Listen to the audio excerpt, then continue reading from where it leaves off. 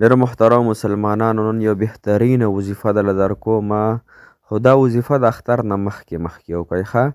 د اختر د شپې نه مخکې د سورة القدر انا انزلناه فی لیلة القدر محترمو دا وظیفه وکئ. دا وظیفه د دې ورځو وظیفه ده، یعنې د اخري 10 ورځو 8 ورځو کې او په هره شپه چې دا وظیفه تاسو یو وارې وکړله انشاءالله دا موقع ضایع نه کوئ. الله تعالی به تاسو له ډېرې خوشحالۍ درکړي، ډېر عزتونه به درکړي، حاجتونه به هم پوره کړي، د لیلة القدر ثوابونه به الله جل شانه انشاءالله درکړي. نو په دې طریقې سره اسانه طریقه دی، 140 پیرې څه شی وي محترمو. دا وظیفه انشاءالله تاسو 140 پیرې وکئ په دې ورځو شپو کې. دا کومې چې اوس د اخیرۍ ورځې شپې دي د روجې، نو دا مس نه کوئ انشاءالله. الله تعالی به تاسو ته هغه څه درکړي کوم څه چې تاسو ته الله تعالی په ډېرو وظایفو نه دي درکړي، په ډېرو دعاګانو نه دي میلاو شوي، هغه به راته الله تعالی انشاءالله په دې یو وظیفه باندې درکوي. السلام علیکم ورحمت الله وبرکاته. ډېر محترم او قابل قدر مسلمانانو، رونو خویندو او هغه مسافرو چې بهر وطنونو کې ژوند کوي، الله تعالی مو خوشحاله او باد ساته. الله تعالی مو د زړه مرادونه، حاجتونه، مقاصد پوره کړه.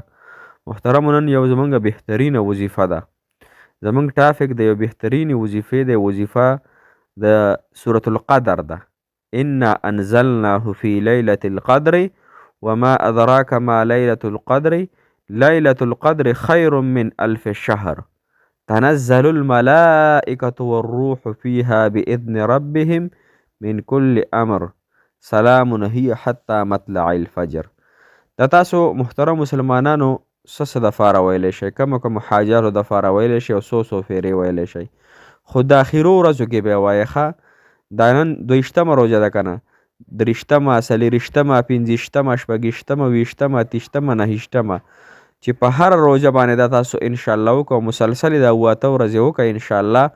انشاءالله د زړه مراد به هم الله تعالی پوره کړي، د زړه حاجات به هم الله تعالی پوره کړي، پریشانۍ به هم الله تعالی انشاءالله العزیز ختمې کړي.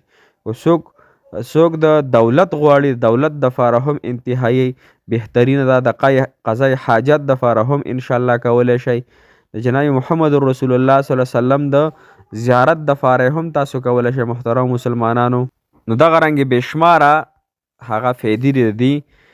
او که داسې یو دغه چا باندې تاسو رښتیا ویل غواړئ، مطلب یو کس دی هغه ال نه ښکاره کوي، یو جینۍ ده هغه ال نه ښکاره کوي، یو هلک دی د رښتیا ایستلو دپاره هم عجیبه طریقه راته ښیم. که یو کس دی تاسو چې دا رښتیا موږ ته ووایي چې کله وده شي دا طریقه ورسره وکړئ، دا صورت په دې طریقې سره ووایئ، انشاءالله هغه په خوب کې تاسو ته خبرې کوي.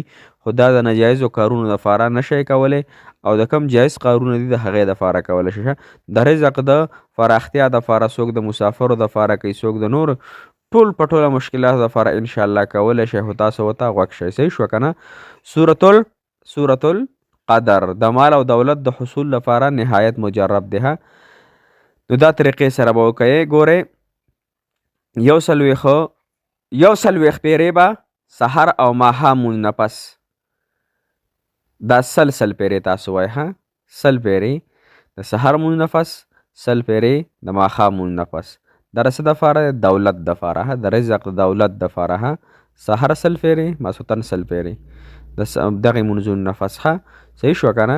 او دې سره سره محترم مسلمانو قضای حاجت دی، ستاسو داسې پریشاني ده چې نه پوره کېږي، داسې یو حاجت دی، مسله ده، بیماري ده، یا د محبت دی، یا هر یو څیز چې دی ستاسو، د هغې دپاره یې په دې طریقه باندې وایي محترم مسلمانانو چې دا په تاسو ځان له یو وخت وټاکئ، او د ټول نه بهترین وخت د تهجد دی چې انسان دغه وخت کې راپاسي او 2 رکعته تهجد مونځ هم وکړي، او بیا 140 پیرې دا د انا انزلناه فی لیلة القدر وما ادراک ما لیلة القدر لیلة القدر خیر من الف شهر. دا صورت 140 پیرې ووایئ، او بیا په ګړګړا سره په جړا سره چې یا ربه زما حاجت ته پوره کړي که نه، الله زه ډېر ستړی شوم، الله زه ډېر زیات، الله دومره وظیفې مې وکړې الله، نو دا زما حاجت ولې نه پوره کېږي مالک الله، او ته به یې خامخا پوره کړي الله.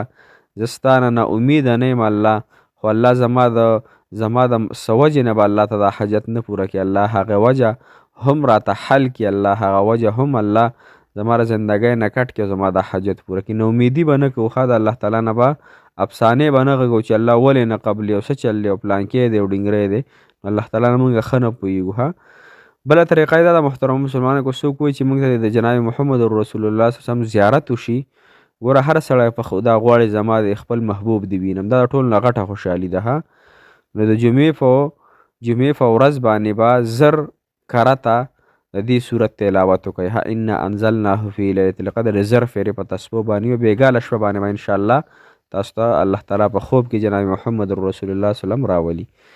اوس که یو کس دی تاسو وایئ چې دا د ده نه موږ رښتیا وباسو، باسې داسې ډېر خلک وي که نه چې دی ماته دروغ وایي که رښتیا وایي، دی دا محبت د رښتیني دی که د دروغو دی، دا کاروبار د رښتیني دی که دروغو دی، دا ما سره په سمه طریقه باندې روان دی نه دی روان، یا داسې نور ډېرې طریقې دي ډېرې خبرې دي چې انسان وایي چې ماته پته ولګي چې دا انسان رښتیا وایي که دروغ وایي. نو د هغې دپاره اسانه طریقه دا ده د کوم سړي نه یا د کوم سړي نه چې خبرې ویستل وي نو د هغه اخیستلې شوې کپړې کمې کپړې چې ده اغوستې دي که نه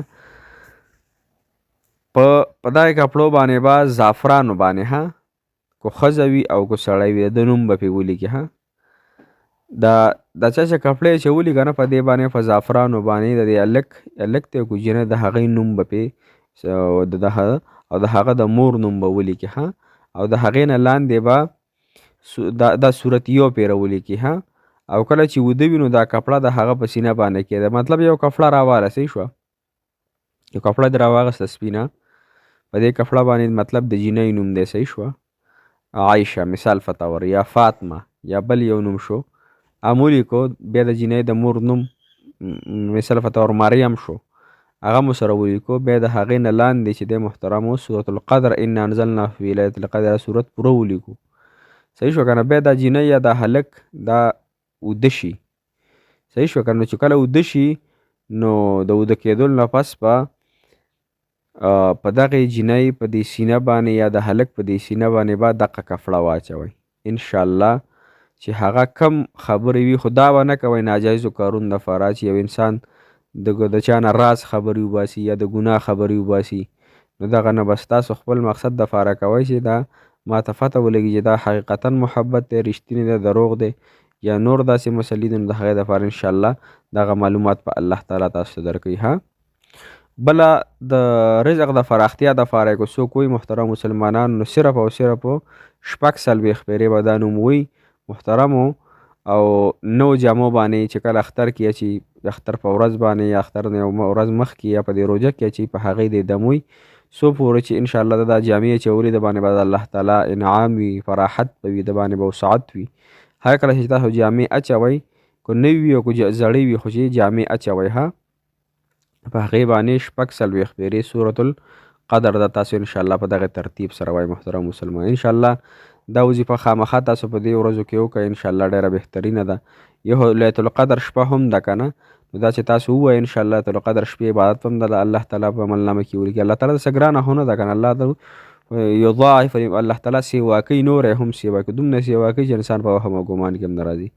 انشاءالله الله تعالی مو خوشحاله او آباد ساته. جزاک الله خیره، احسن الجزا.